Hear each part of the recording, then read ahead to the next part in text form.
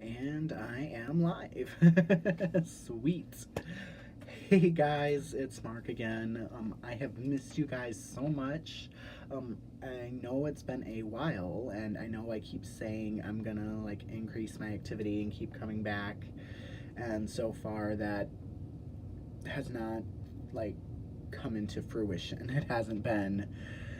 Um, it hasn't happened yet. The videos are still kind of a rare thing, and I'm sorry about that.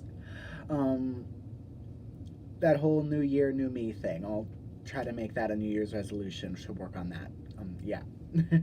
But anyway, I am here to do so far a book review on a book I've started reading.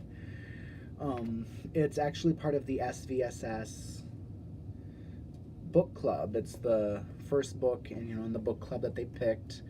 I know it's a little odd because it's more of like a self-help book geared more towards women.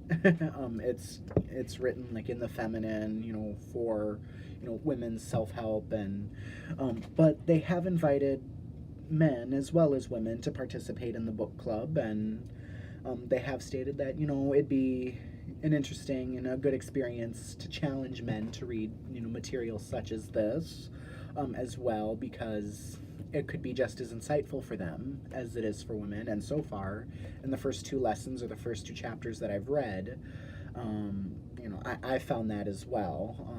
It's called Warrior Goddess Training: Become the Woman You Were Meant to Be. And in some ways, too, even though I'm not a woman, in a way it has helped, and some of the information in it has appealed to me as well. For example, in lesson one, it talks about committing to you, committing to yourself, not being a yes person, anymore, just going with the flow, committing with whatever. It's finding what you yourself want in life, what it is you desire, goals you want to reach, and finding a way to do that. And then there's another chapter 2, which I just read yesterday, aligning with life.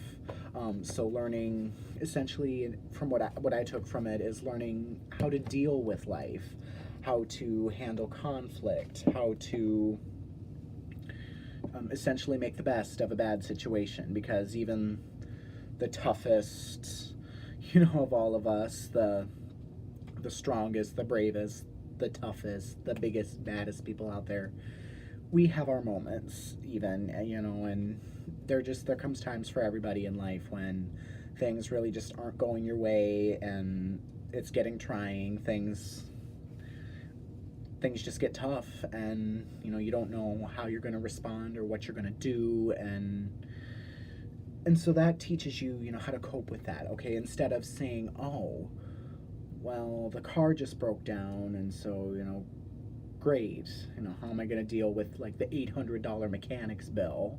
Instead of seeing it that way, going, oh, okay, well, here's a challenge, but what kind of lesson is it trying to teach me? If there's one, how can I work the problem? And is there in some way something I can learn from it, as well as the situation itself? Just looking deeper and just taking it at face value, just going, okay, what can I do about it? Is there anything to be gained from it? What can I learn? For example, she uses an example, the author in the book uses an example of saying you want a new car, but instead of getting the car right away, you get a different kind of car that's not as flashy, not as fancy, but it runs. Or you get a bicycle, or you've got a friend who just started a job, where you work, and has offered to carpool with you.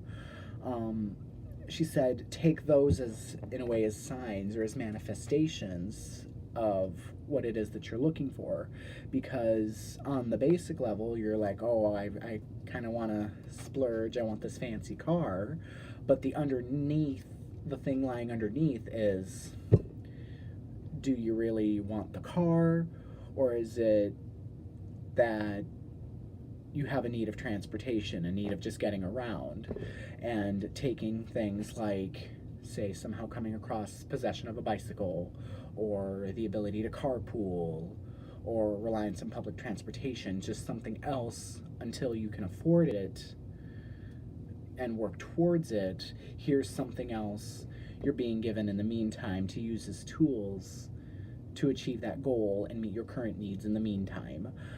So, just in a way, trying to fundamentally shift your way of thinking instead of going, oh, well, with my job, I can't afford this, or, I've got other bills to pay right now, so it's just not going to happen. Just saying instead, oh, well, obviously I have to find a way to work for this, I have to find a way to attain it, but here's what I've got at my disposal in the meantime. Here's how I can cope. And that's, in a way, I like that, because admittedly I have been in the past one of those people who just, a big stressful situation happens, something comes up, and I panic. I kind of shut down. And she did admit these are new techniques that, they'll take time to practice. You'll have to put them into practice. You'll have to actively work at it. It's not just a fundamental shift, it changes overnight. It's something you have to build on, you have to work at. So that's another thing, maybe in the new year, literally just the new year, people see it as a new time, a time to clean the slate, start over, start fresh. So in a way, maybe it was perfect timing, I think. You're learning, you're transitioning into that period of newness, that period of refreshing and starting over. And here's something to shift your thinking, and something to go, okay, what do I want? How do I intend to get it? How am I going to get there? And it's actually really a refreshing breath of fresh water, and I'm excited to see how the book goes on as I continue to read, and of course discussions in the book club and how things go. It's great fun. I guess another thing I wanted to do while I was here is do a product review, because my order for the book in the book club is just one of a couple of different things that came in the box. The others I may come on a little bit later to do, because I'd have to go and grab them. They're not immediately available here. But the next is this box that Red Witch, she had made. It's like a card box, cigar box, very nice. The triquetras were initially part of the design, but these little lines here and then the texts were something that she was very kind to do for me. The texting along these lines here as well. She had put it on the Facebook page, the SVSS Facebook page, and said, hey, does anybody, do you like this box? And the triquetra is a symbol that, I don't know why it resonates with me. You'll probably see in a lot of my previous videos where I did like little artwork and transitions and things, where I've used the triquetra as like a symbol in an opening graphic or something that I've done on my Book of Shadows, altar cloths, altar patens. It's things in my altar. I've actually got a mortar and pestle, 2 mortar and pestles right here. Here's this one.